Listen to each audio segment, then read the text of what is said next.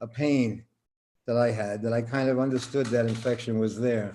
But I also had something to do in the sadhana where I just had to be available for that time period. And I didn't want to be available with tubes sticking out of me. When tubes are sticking out of you, you're automatically cranky. I don't Whatever, understand why tubes.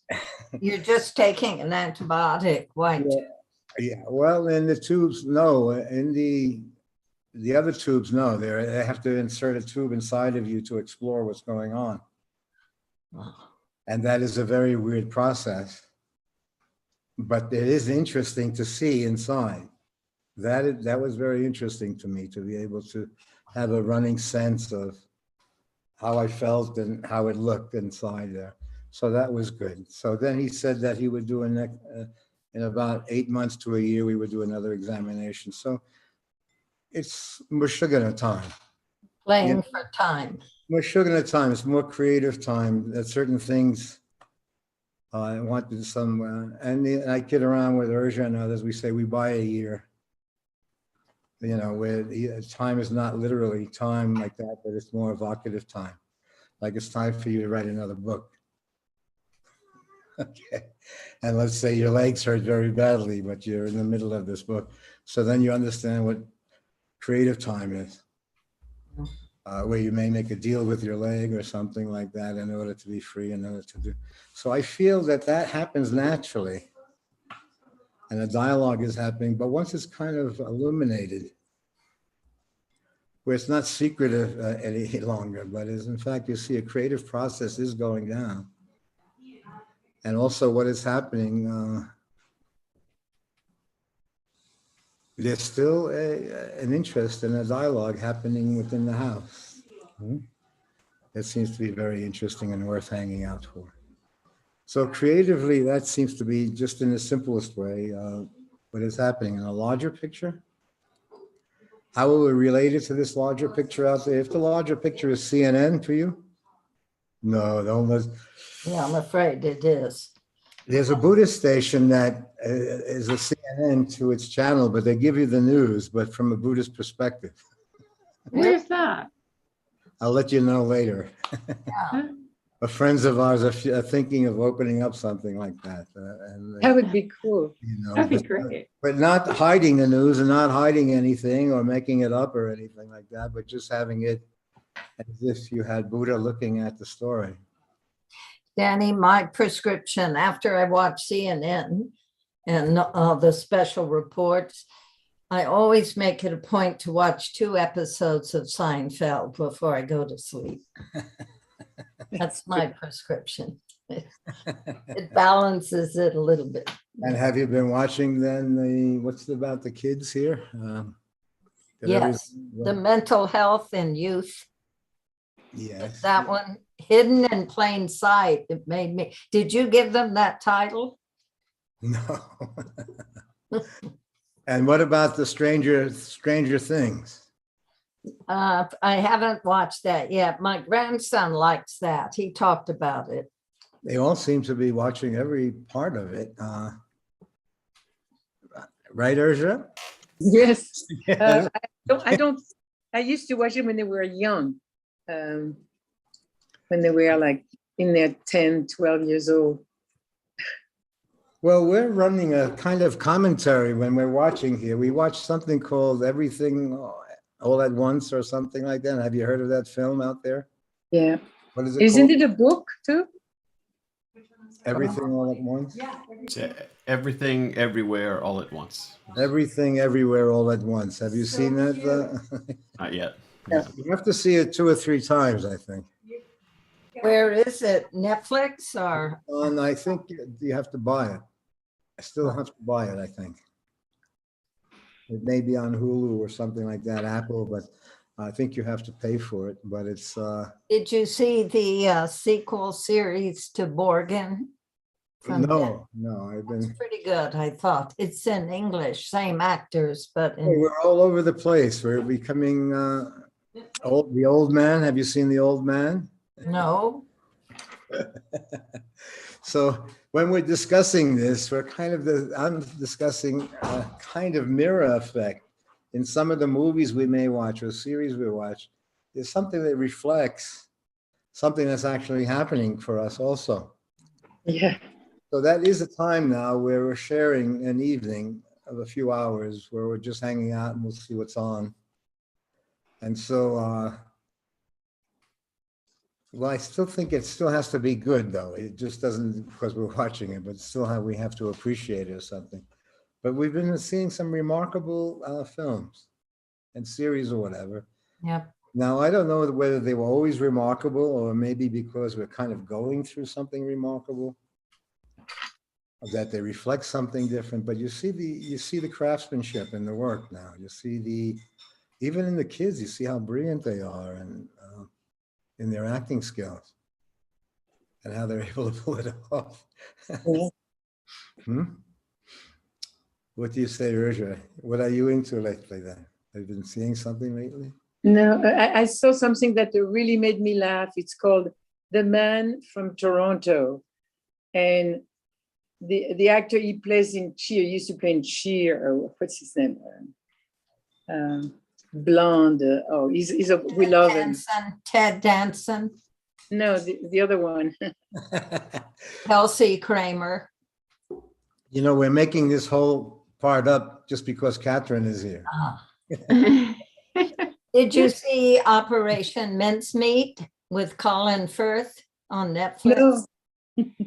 What Really did we good. see last night then, Mary? Operation what? Mincemeat. The And another one called Summerland, both on Netflix. Oh, I loved it, Summerland. Summerland was good. Oh, that was gorgeous. Yeah. Have you seen Our Flag is Death? Our flag is what? Our flag is death. DEATH? Or our flag means death. No. I'm sorry, Kai, but we're just throwing. You don't see any of this, do you? You're not No. watching shows. At I all? would love to, but it just doesn't happen with my kids. Yeah. We watched the Johnny Depp Alice in Wonderlands last week. Yeah, and I watched a Johnny Depp movie called what was that movie? Dead Man. Oh, And it was what a beautiful movie. I think it was the first Johnny Depp. It was But gorgeous. they had every weird character in it. And he goes into this cowboy town or something, but he's straight-faced, and everybody is straight-faced. And so I found it by accident. And we were in a certain kind of mood. We were having conversations that resembled somewhat the movie at the time. And I think it was Dead Man. It was called. It's an early Johnny Depp movie. And somehow I see that after the trials and tribulations, Johnny Depp is very popular. Yeah. You see. But you know where I was last week, Catherine? Do you know Joffrey Reggio? He did Kayana and about 10 other films like that. He was a director. Yeah. He did. Yeah, I know Kuana Squatsi. Yeah. And so he invited us to his place to see his new film. How was it, Danny? 3 of us sat on the couch. And it's a sort of immersive sort of film like Kayana Squatsi, where you don't, the plot is just to be with it and you're kind of immersed in it. But his premise in an interview was that his films were around seeing, not around the storyline so much. Yeah. No, it's just the experience. Yeah. And so that you experience these cultural interactions and situations like that. So how was the film? It was 55 minutes long. And I was immersed in it. I did go along with it. And, What's the name of it? that's I'll have to get. I think they're putting that together. But he does have Sonnenberg working with him on it, and worked with him on it. And who's also the musician that does the immersive music before? So he's got quite a cast in there working together with him, you know. And he's your age, Urja. He was about a day older than you. Wow. So we had a goofy conversation because he came from that time and everything that's happened. But, and he must have made 10 films already. So I did, together with Spiro and this fellow, the Dutch fellow who bakes the bread in town, we were immersed in it. It was pretty beautiful and it was a nice time shared there. I may need to see it again. We may stop by a studio again and see. It's a very active space where they're always working there. I saw Shadow with a Doubt last night in Blu-ray. I bought a Blu-ray copy. So it's interesting, everything is Shadow with a Doubt, yes. The So Hitchcock movie. Yeah. what film did we see? The Olo again? No. There's so much that's going past there. Shadowland. Shadowland. No, Summerland. Summerland, yeah. That's a good one on Really? Netflix. But meanwhile, you're not seeing anything, Kai.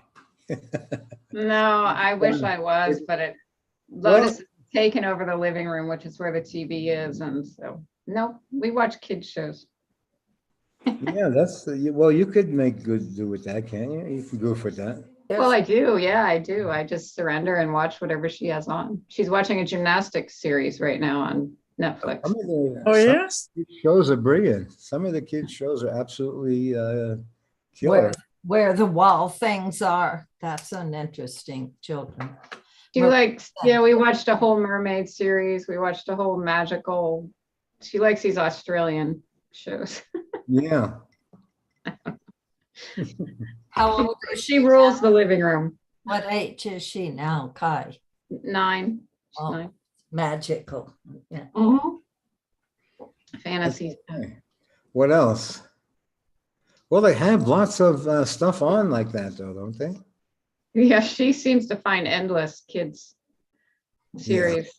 No, she sounds pretty hip. She likes to have them on in the background when she creates. So that's what she does. I was listening to the, I don't know if you know the painter, gee, what's his name now? The Dutch painter who does these stripes like Joost did here. That's what I was going to say. You mean Joost? Not somebody No, the else. guy who created that school of stripes. Oh, Oh, So then, gee, what's his name? But then he went to Harlem, New York, and he went to a black church and heard them singing. So then he put boogie woogie inside his paintings so that they're no longer stripes, but they're kind of vibrating stripes. oh. So there was an interesting discussion about how how he then introduces sound into the painting. Oh, that's What interesting. metrics he uses, and you see his grids that he uses. And he Mm. plays jazz. He still had this. This is in the past. He's passed away. Albers. His name is Albers, last name, and that he somehow he was able to integrate the music into the vibration. He was able to include vibration or movement inside the literal painting, and that was one of his famous paintings. Was called, but it changed the whole current from stripes. In other words, their premise was that stripes, you think it's a table, but it's actually stripes becoming a table. Or you say, in other words, pieces of wood becoming a table, but they're just stripes. So what they become, so the person sees what they become. So they made chairs out of his theory, you see, but they weren't chairs, they were sculptures to the artist. Mhm. But people saw it as chairs. They sat in it. But a sculptor would never sit in his chairs. Would see it as. So somehow, if you knew it, you couldn't use it that way. You had to appreciate it. But the other way, if you didn't know about its artistry, you can, and so therefore its value, I guess, you could just enjoy it. But his premise was also through osmosis. If people experienced art in their everyday life, whether they knew it or not, it would become somehow part of their makeup through osmosis, through exposure.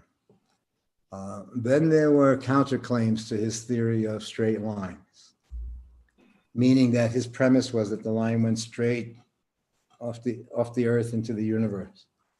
And the others said, no, there's a curve.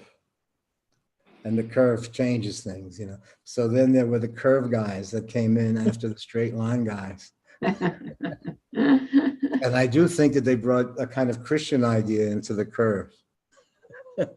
That Jesus would have liked the curve better than the straight line or something like that. So you step into a kind of science in the art, you know, where you see that some of the theories that they're coming up with now in physics and so on resemble some of the approaches in the artwork. So that's where, how are you there, Derek? Doing okay. Thanks, Daddy. I was thinking Yeah. you say the straight line and then the curve, but that curve would still follow the straight line. So the straight line would be implied even though there was a curve, right? I mean, The curve guys, and they were usually Latin. So I guess the curve guys who were Spanish and Latin generally probably would not be able to live with a straight line in their consciousness. You know what I mean? Maybe the Dutch guy could live with a straight line as being the universal. But I would say that they would bring a little bit of their characteristics into the situation or their past. So then I would say that, in fact, there is a curve. I see. Yeah. And that let's see, they're talking about energy field. So would the energy then, would the light fly straight through, or would it be subject to the curve?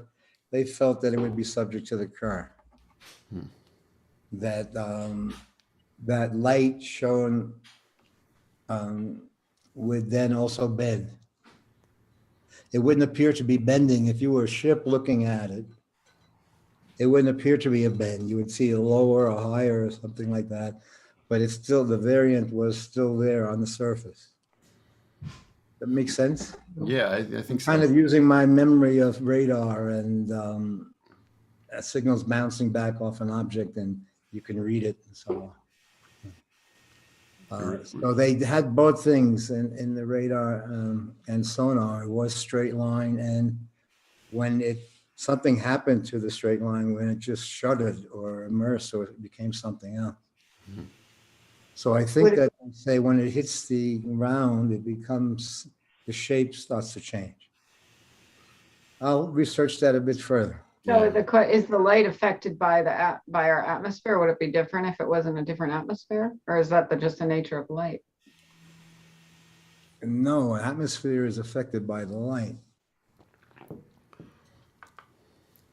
It does seem to me that there is a kind of pure energy running through the story that affects everything. Now, whether it's affected by it, let's say, we'll use an example. Supposedly, does any other species know that the Earth is in trouble with climate change? According to everyone who's into that, yes, they absolutely know we're in trouble. All the other species are talking about it also, in some way, in their They're own trying way. to help us. All the monkeys are saying somewhere, holy shit, it's been hot for 15 days now. The bees. How the hell and the bees are saying, where's my soulmate? I get so they can't connect with each other. And the birds. And the birds are falling off here. And so are they all speaking their own language that somehow they know? To each other, yeah. Are they doing is the doer in the story? Are they doing anything about it? Just instinct, I think. What about dolphins and whales? They know. They must just be raising the consciousness. Well, I don't know if they have that much of an interest in continuity. Right. In preparing for Oh, yeah. Yeah, well, they do seem to. They do store food and things like that. So we'll say throughout the species, everyone seems to have their own brilliance. If you examine them, if you see them from the surface, they don't exist. But if you explore any of the living forms, you find that they exist in very remarkable ways. And that the complexity of their existence and the simplicity, they look simple on the outside, like a worm crawling around. Well, I saw a bunch of centipedes on the wall just before. crawling up a wall. I never imagined centipedes crawling up a wall before. What complexity, what the hell? Okay. And where are they going up a wall? Do they have some place that they're going shopping? So my feeling is, as I read some kind of human element into the life around me, that it's living and surviving and recreating itself, and that's the fundamentals of the life. Then you see that in the fundamentals of human life, animal life, plant life, life in general, that somehow it's living. And it proceeds to live, and it recreates itself in some way. And it seems that that basic process is also a basic process that we're in. And how is it? You say when your daughter's in the room, she runs the room. Okay. The living room is her room, yeah. Which is fair. She doesn't have her own room. So And that's fair. all of a sudden, we got Catherine Ann Jones wearing this hip shirt and talking with her hands like that and saying "my man" and all that. Okay, so subtly, somehow the kids are in the situation where your life is being shifted and affected, and you're assuming, you say, "Okay, it's her living room," and now I understand what you mean. It's her living room. Okay, and how cool he must be if his grandma is wearing a shirt like that, acting cool and has a haircut. So let's say, take away the schmaltz, and you see something very intense creatively is also happening. And it seems you see a kind of passage of life, or a passage of where the ownership, especially with child to parent or grandchild, the ownership, there's a shared experience. And maybe even a shared smile over nothing, but it does seem to have an osmosis element to it of even in absence, they exist. And the marvelousness of that is that it's natural. But if it's lost, then you see how deep it ran, the natural. How deeply it was together, how deeply the situation you're in.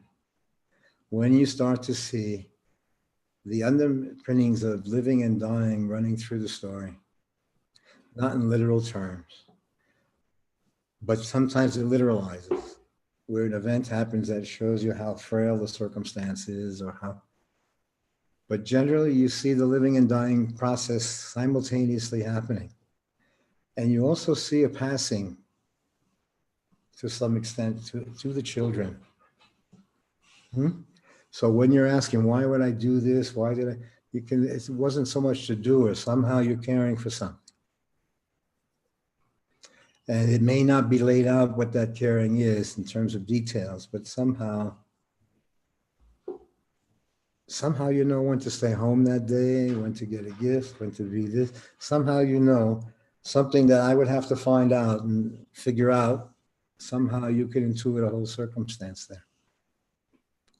So I'm meaning to say, without overschmaltzing it, inherently in the circumstance, if you're aware of that energy in the literal, and somehow the child picks up a conversation with you that's unsaid, but somehow there's a creative dialogue going on in presence, in the shared knowing each other, the knowing of each other. The magic of it becomes very normal. And yet it has a science if you investigate it. It has a whole philosophical perspective if you investigate it. But the simplicity of sharing it in the normalcy, when it's a complex movement. But as long as there is a look shared or a feeling shared, a complex language is being explored. That's how I'm feeling now and seeing some of the kids and interactions with folks that are coming by. And how was that meeting, Derek, with Marty's appearance the other day? It was interesting, good, different, had a different tone to it all. So What we've had there, Catherine, is a friend of ours who then has non-Hodgkin's leukemia, and he called from Singapore. He was in the hospital. Mm. They live in Indonesia and Java. They have a big estate that he opened in Java and Jakarta, but he's Dutch.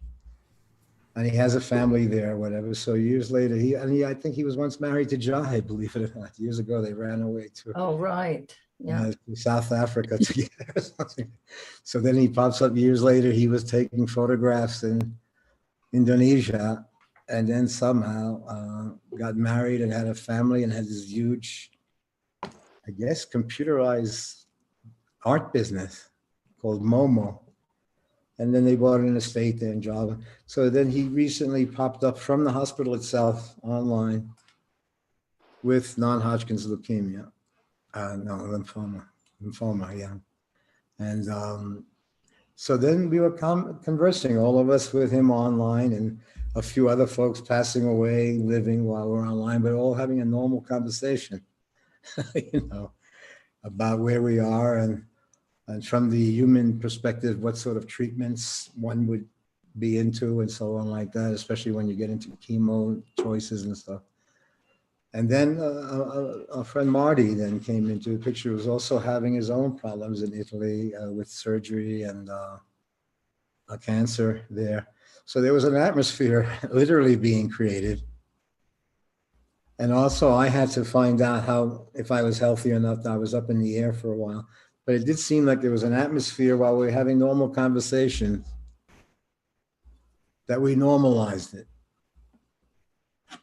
And then even the Netflix became important because you couldn't watch certain Netflix if you're dying. You have to watch a good one. It has to be good. So somehow, even with Catherine, the show has to be good. It can't be a crappy show. Even if she's passing away, she's going to critique the show. So I think that's what everyone who's even passing away that we know, they're critiquing the shows very strongly. And and something that somehow reflects. But what I've also been experiencing is an atmosphere. We're living and dying again as normalcy in an immersive, where the conversation is still about the life. It's still, and perspective was in it. And I was saying then, what do you say, Derek, since you were there? Should it be more, should the atmosphere be more, not me speaking so much or reflecting us back so much? Should it be conversational that way? I feel like whenever it's done that, it's gotten a little chaotic, or which just seems okay too. But I don't know. It seems like you're working with a kind of energy. It does resemble, remember, Catherine, the Young Frankenstein, was it, that movie with Mel Brooks? I never saw it. I've seen clips of it, but I'm not a Brooks fan. Young Frankenstein is teaching a class in school. Yeah. And one wise guy says, "Wasn't your father that crazy guy?" That, so he interrupted the whole lecture with that question. It was about They call it a zinger question. It's not really a question. It was a question that paralyzes the circumstance in some way. So that may happen if, in fact, but not, let's say, I was just reading a few physicists who just made a breakthrough, and their level of cooperation, while they were really deeply in it, was very interesting. How they, where it wasn't an antagonistic thing, if in fact there was, if you said, hold it, this may not be working this way or whatever, it added to the experiment.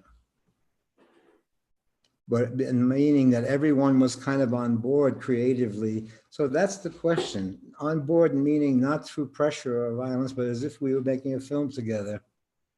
And somehow you understood that the creative act, that you would remember the film, no matter what level you had on the film in retrospect.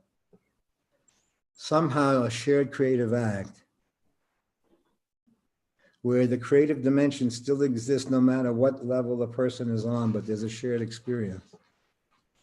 I feel that once you have that milieu, through the eagerness or the vitality of the people, not so much as a rule, but that generally, at the same time, there's an urge to explore. There are hidden urges to obfuscate that. Does that make sense, Catherine? Well, it's interesting you're saying this. I just created a new course for Crotona Institute here in Ojai, the theosophical place where I teach Yeah. sometimes. And we still don't have a movie theater in Ojai now for 4 or 5 years. Mhm. So I created this, I did it at Pacifica, another version of it. It's called Discovering the Sacred in Film. And I chose 4 films from all over the world. So each Thursday night, I'm going to do a brief intro, and a live audience will watch the whole film, not just for entertainment, but to trigger a dialogue. Very much like the film we just saw then. It was Yeah. purely, So it's what you're talking about right there. it was purely an immersive. The movie was purely an immersive. And in fact, there was no even thought about anything else but watching the movie. Yeah, but I thought it'd be nice to bring people together to have that experience. Do you want to know which 4 movies I chose? You've probably Okay. seen them all. Yeah. Mind Walk, based on Fritz Capra's Tao of Physics with Lee Woolman. Mhm. A Korean film called Summer, Fall, Winter, Spring, Yes, Oh, yes. yes. which I love. Mhm. And then The Gods Must Be Crazy, the first one, Mhm. where the Aboriginal thinks God is a Coke bottle, you know. And the last one of my favorite feel good, it's a British film called Enchanted April. Wait, You know that one? I must know it. Yeah. A great It's Joan an older, Plowright. that's a pretty old film, isn't it? Yeah, but it's a pretty great film. Yeah, I remember that. It's got an all-star cast, British cast, and it's 4 women in a dismal London winter rainy time, and they rent a villa in Italy for a month, and it changes their lives. So it has magic, but anyway. So Have you seen the film Liolo? is that sounds familiar. Is that a child's film It's about a child who kind of recognizes that his family is crazy. In England. So he reinvented. Is that it Italy, right? Italy. No, he reinvented, and it's in Quebec. Oh, So somehow, I mentioned it before here, that somehow, but it's Liolo. It's hard to find. It's a In masterpiece. fact, the director died of AIDS right after it. Yeah, but so it's a very good movie, isn't it, Liolo? So Liolo tried to change his destiny because everyone in the family would go into kind of craziness. He saw that was built into the system. So he imagined that there were tomatoes grown in Italy, and he imagined a father masturbating on the tomatoes while he was looking at a woman working in the fields, and that the tomatoes were sent to Quebec. And his mother fell on the crate of tomatoes when she was buying tomatoes, and she became impregnated by the Italian tomato. So he calls himself, when they say Leo, he says, no, my name is Liolo. So he's Italian, and he's got an Italian girlfriend who sings songs down while she's hanging clothes down below. And he tried to rearrange the fabric of the whole family. It was kind of nuts, you know. And he recognized that, and he was attempting to, and everyone was helping him in some way, trying to escape the torment that was inherently in the family. So it's pretty interesting. I'll look for it. It sounds familiar though, but Liolo, I think we may have seen it together here. I may have seen it in there with you, is what I'm thinking. Yeah. And also, have you seen the, well, I once mentioned that to you, Kai. Do you remember that movie where the woman kisses the mistress and she wakes up from dying? Yeah. The night. Silent Light. Silent What's it called? Silent Light. Yes. Who's the, Oh, yes, aren't they Amish or something like that? yeah, Amish people. they're a group of people who live in Mexico who left from Colorado. It's a religious group. Yeah, they're a I religious saw it. group, Yeah. and they moved in there. So it was a pure religious thing. Mennonites, right? Mennonites. They were Mennonites, and Right, one of those. so that means that even if they were sinning, they couldn't hide it. Mhm. So somehow, because then the whole community saw something happening there. Hmm. Oh, it was interesting, but that film was pretty interesting. What did you think, Kai? Was it too much? No, it was very, You know, Real. in one sense, I felt something like that was happening for most, that we were in such a situation like that. It's usually hidden. So when the mistress then goes and kisses the wife in the coffin with the little girl there, and the little girl is the only one who knew, you see it again, where she came running out, mommy's up, no one would believe her. Okay. And they made it so normal, but that she came back from the dead, that there was a shared love, and that you saw it in that situation that she passed away so that this guy can have the experience and they can share that experience. So at the same time, it's very simple stuff. It did kind of show a kind of creative dimension running through the story that nobody owns. But when she had a feeling and kisses the wife, and it must have to be pure for her to do that, independent of the literalness of the story, there's threads of energies running through the story where that most of the life of the person is hidden in the literal existence around their identity. But what they share with friends or lovers is a whole other dimension that's hidden in the literal world. The only thing is, when in the literal world, you have to be a sneak around the feeling. When it's discreet, not sneaky or hidden and anything, but it has a discretion of a shared space.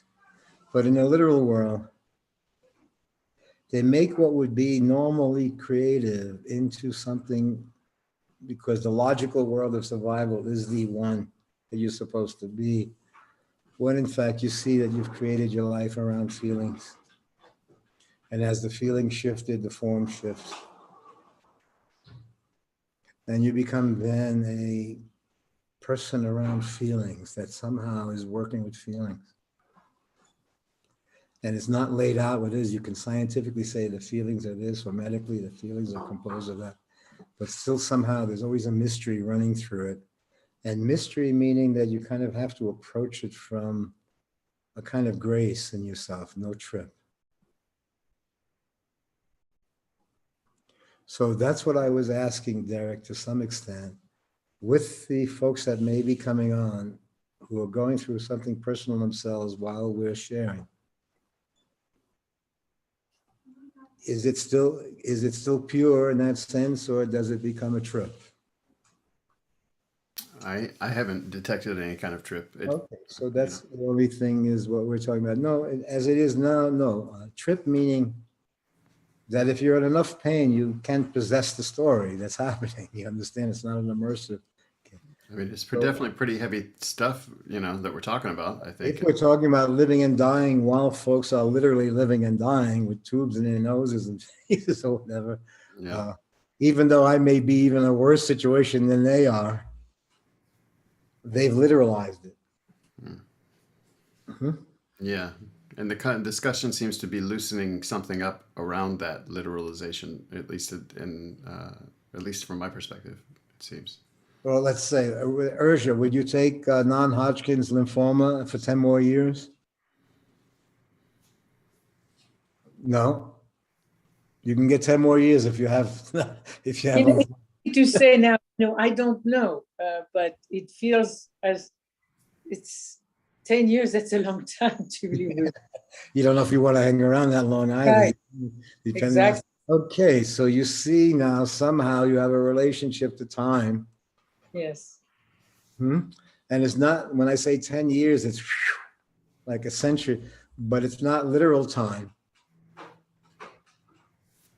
But I say, okay, I see the fellow has lymphoma, this and that. And I say, but holy shit, I'm 82 with this other shit. I'm probably worse off than he is, and he's got, okay.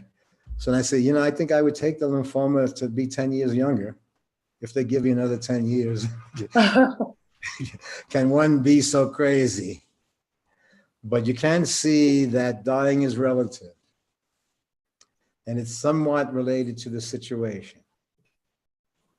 Yeah. But when you have a meeting where there's a kind of accentuated, say, not so much on treatment or the condition, but what the condition reflects is happening. And there's something pure in that happening for you. And you're monitoring your health. And but the health now is also a creative health in some sense. So we were discussing, Catherine? Okay. Yes, Yeah, so we were discussing that before. monitoring health. No, that basically when in fact the people who are sharing are reflective of a happening creatively, but then the literal happening takes place. We have tubes coming out of you. So now you're too cranky to discuss the creative aspect of living and dying because you are caught up, So let's say, can there be a shared space when there in fact are folks who are literally living and dying, not only evocatively living and dying and creatively living and dying, but dying may be leaning towards that moment. Does it capture the story? Would one example be Monday, I went to join friends and watched the Ojai parade. Mhm. Then I came home and turned on CNN Yeah. and saw what happened at another parade in Illinois. Yeah. And I mean, And yet Yeah. in seeing the it's unreal, similarities, it's surreal. seeing the similarity of the young men who are involved in these shootings. Yeah. And in fact, all seemingly a couple of days earlier, getting the rifles that they needed and ordering With them. the father's permission. Well, The shooter's father's father he underwrote the buying those guns. let's say, then you'll see the normalcy of it. You see these are families, and you see these are people who live in the neighborhood, and these are kids. And now one theory is that the incel theory, are you familiar with the incel forced celibacy on young men? Came out of Quebec, but it's a very big thing. And there's also conspiracy theories that dentists have misaligned the face and taking the shape out of the face, and that dentistry is a conspiracy itself. And so they're finding much of this and treatment. So they have, it's the incels, but they've expanded very strongly into young men who are have no relationships, that they feel that women have become no longer women, that there's something else.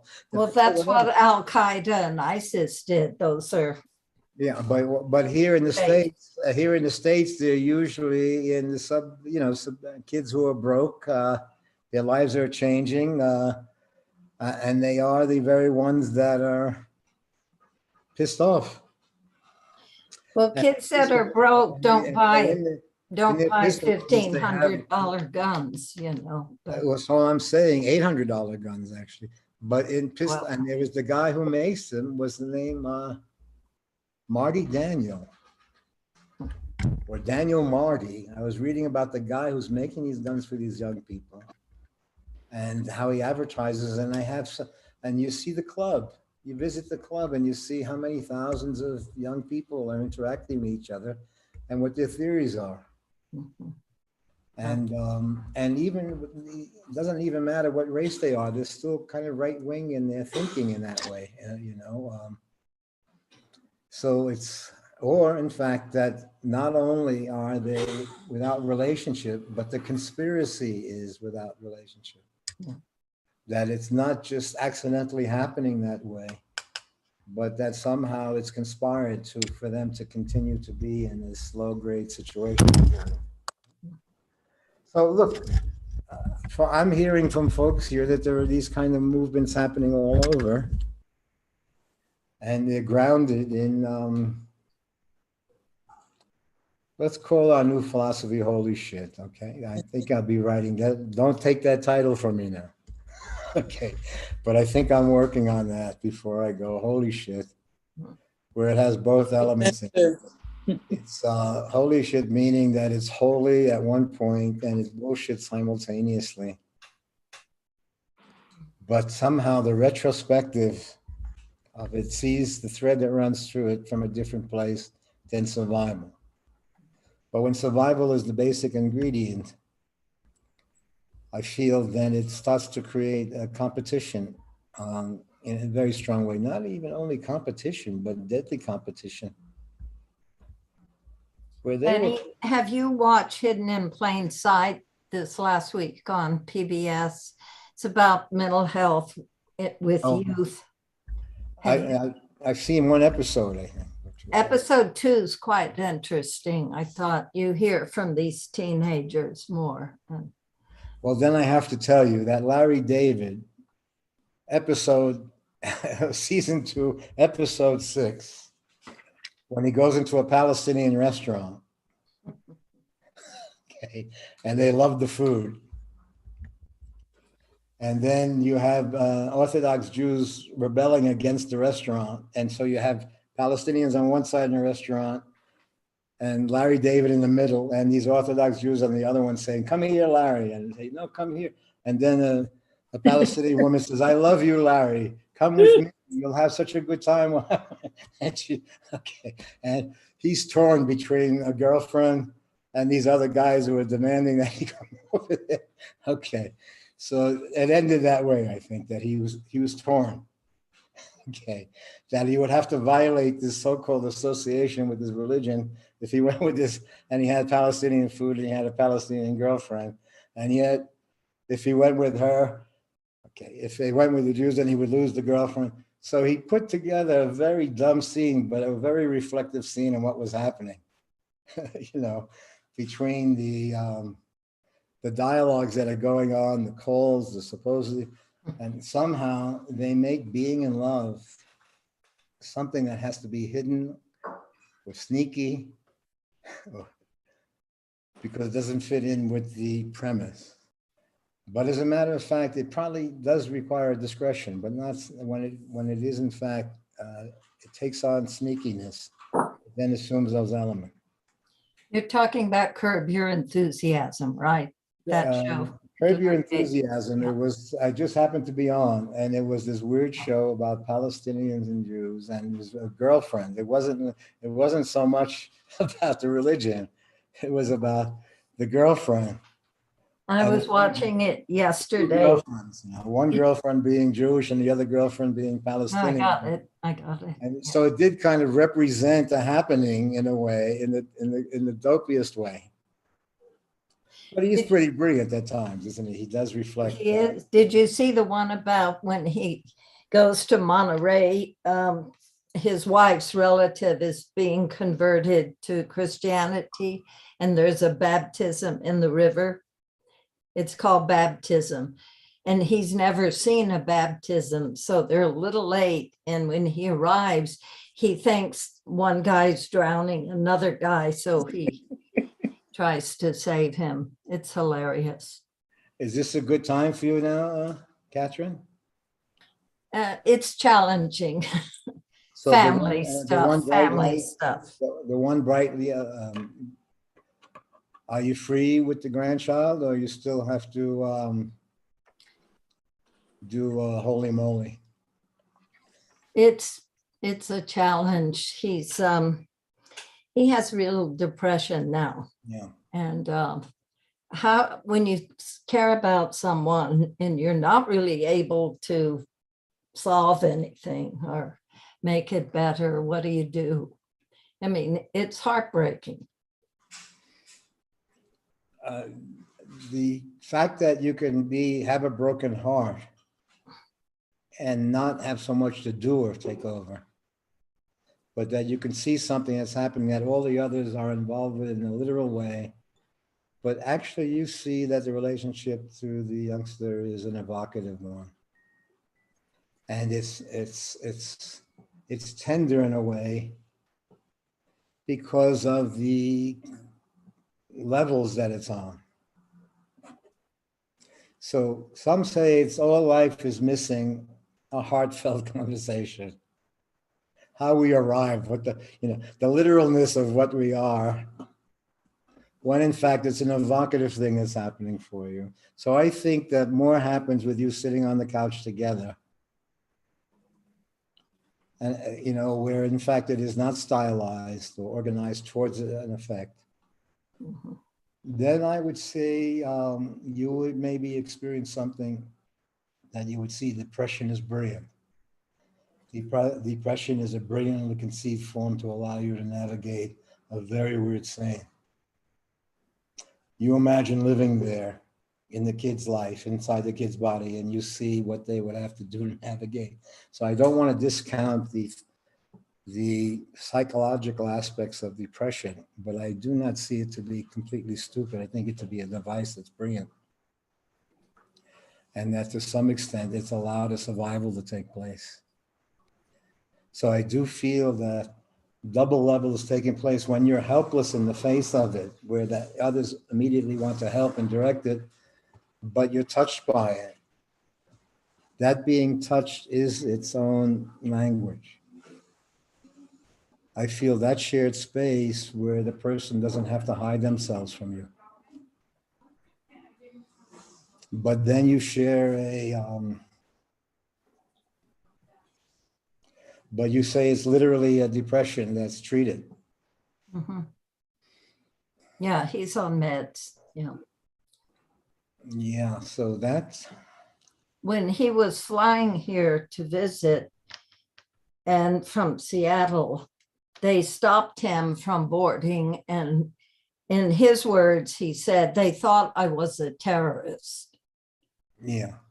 because, he's 3/4 Asian and he was wearing all black.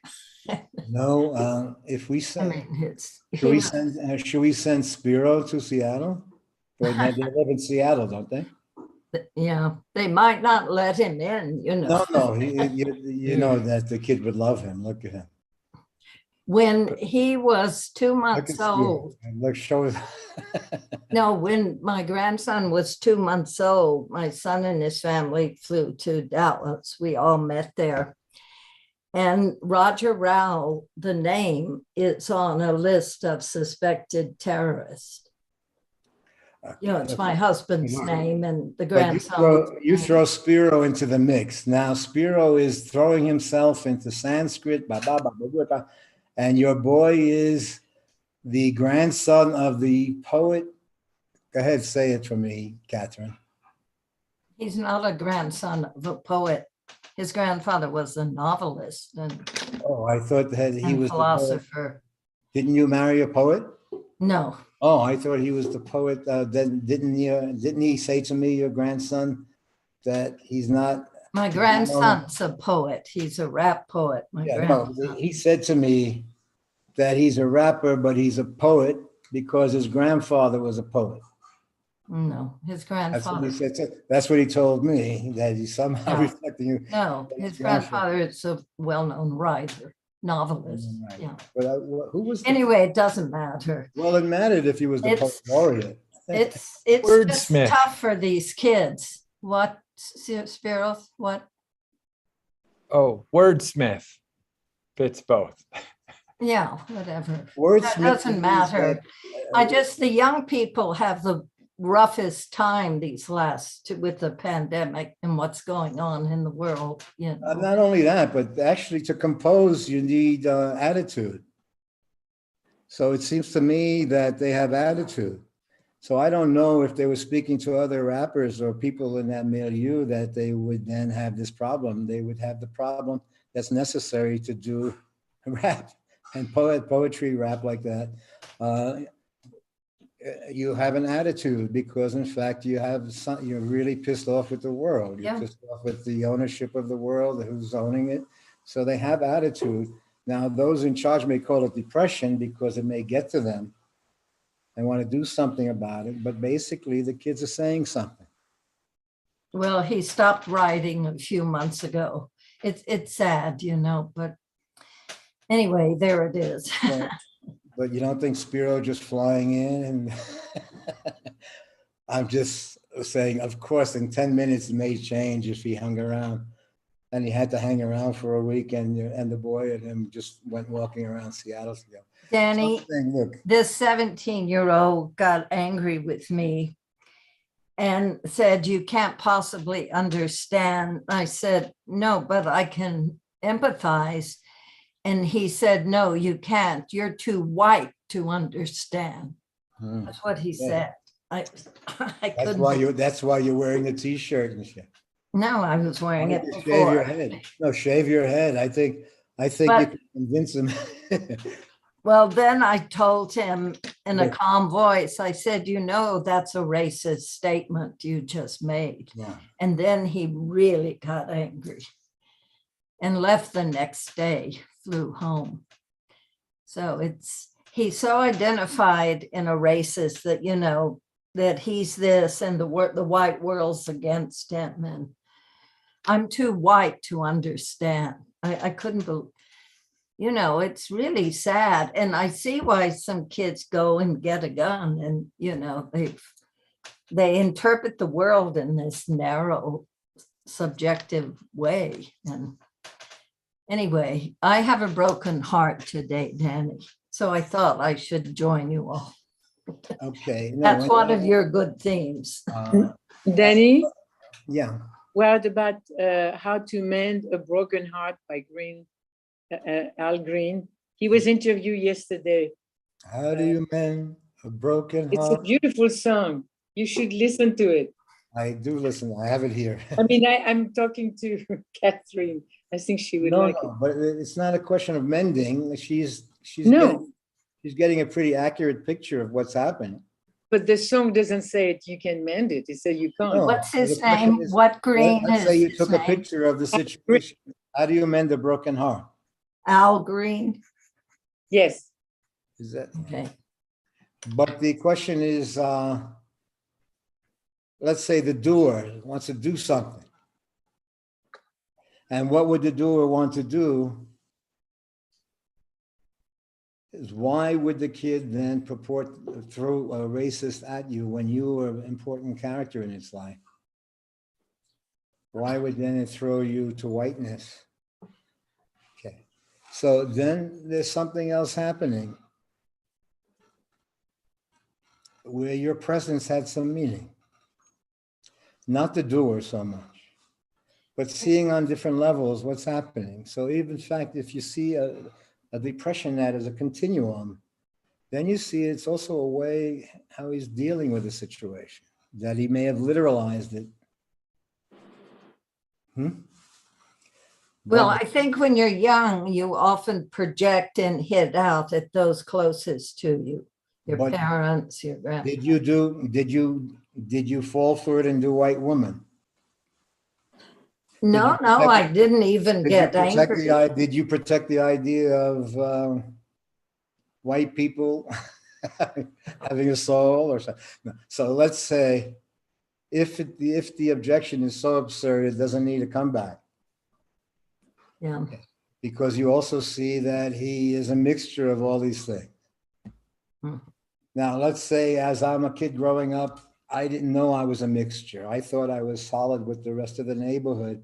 But let's say the rest of the neighborhood knows something about you that you find out, but you don't know, but you're subject to. So let's say he's picking up something that he's subject to. And in this situation, it shouldn't be because they're not broke, they're not poor, they're not living in the street. They are also regular people. Regular middle-class people or whatever. So my feeling is that something is happening that's very private. And it may be as literal as black and white and green and yellow and whatever the variations are. Now, as why I mentioned before, that Spiro's thrown himself into Sanskrit. He's thrown himself to every aspect, it seemed. I didn't know how serious he was until now that he is. What's your plan again? It's just a hard thing to learn, and I'm kind of into learning it because it's a puzzle. But it is also an area in thought and reflection that interests you.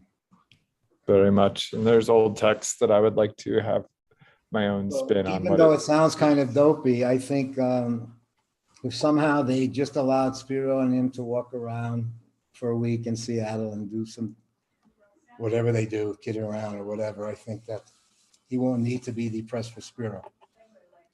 But he probably does need to be depressed for everybody else that he's around. I think I used that for a year and a half, depression as a way of navigating. So that's why I say watch the movie Leolo. See if you can find that, Catherine. Which movie? The movie Leolo again. Oh, Because everyone's worried about this boy, but he sees a thing running through the story. So I think I saw that at your think so, house, but it may and be it was different. really dark or something. was it dark, Spiro? Yeah, it's a dark Yeah. film. I don't think it's funny. one I will visit soon. The It's a music- dark humor. It's because they need to know that the kids are going to have this condition. Everyone in the family has this condition. And so what his brilliance was that he was outwitting the condition by inventing a separate life in the situation. So you are right that it does end with him with that it didn't work out there and his mommy crying.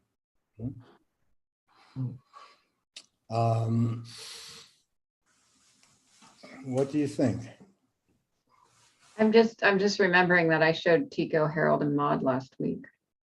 Oh, that's my Another. son's favorite. He loves that That is movie. I great. love that. That's a great film to It see. is good. No, Ruth so you Gordon. see- There is a Okay, so let that one be your guide. Yeah, Harold and Maude is a good example of Yeah. where like identity politics aren't the main thing, That's a Yeah. good example. It's a I mean, love story. Yeah, but I mean, it's very similar to, age politics and identification is similar to race or But color. when I saw her grandson and she together, and he announced to me that he was not a rapper but a poet, with that face he had and that face she had, it seemed to me one face and two faces. For a moment, anyway, she was so happy. And I'm saying, I remember he said that his grandfather was a poet. That's why he's calling himself a poet. But maybe this is my imagination, but I heard him say that to me, that his grandpa was a poet. That's why he's not a rapper, he's a poet that way. But independent of that, I saw a kind of bliss. Now, can that bliss turn No, 15 minutes we- later? We had a real bond Yeah, so before. can there be an argument 15 minutes later where it shifts again, the identity shift? But for a moment, it seems to me that they, just like, hey, baby, you kiss someone, you merge for the moment in it, there's a shared feeling. It seemed like there was a shared feeling in different bodies, different generations, but a shared feeling.